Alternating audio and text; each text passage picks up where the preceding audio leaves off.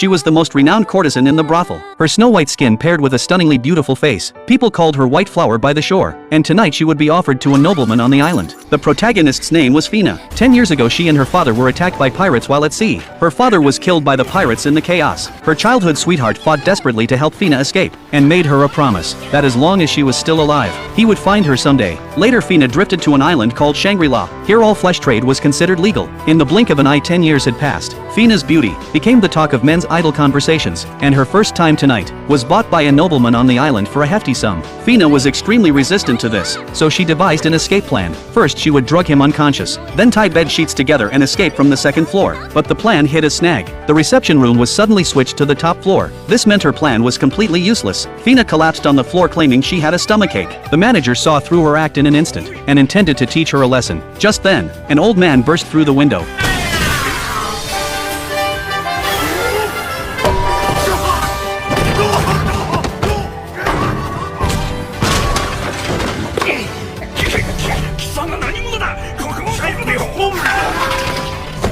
Fina was surprised yet puzzled, until she heard them both call her princess. She slowly began to remember. These two were her father's guards. The pursuers would soon catch up, but the manager grabbed Fina's ankle tightly. He sneered and said, "People who grew up on this island were destined to never escape being controlled by others." Fina was furious, and struck back hard with her high heel. The group finally managed to escape outside, but they went the wrong way to where the boat was hidden.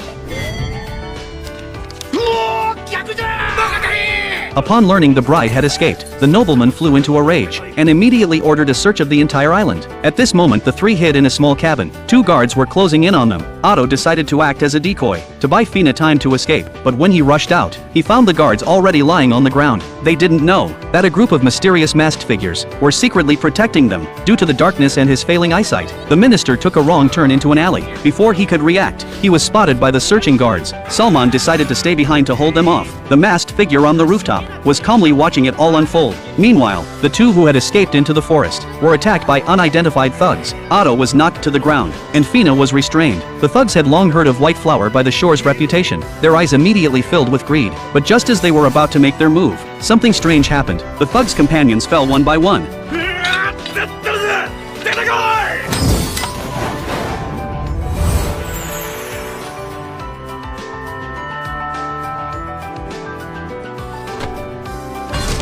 10 years had passed in a flash. That boy had finally kept his promise. With just one glance, Fina recognized those familiar eyes. She was overwhelmed with emotion, just about to call out his name, when he knocked her unconscious with his staff. 君は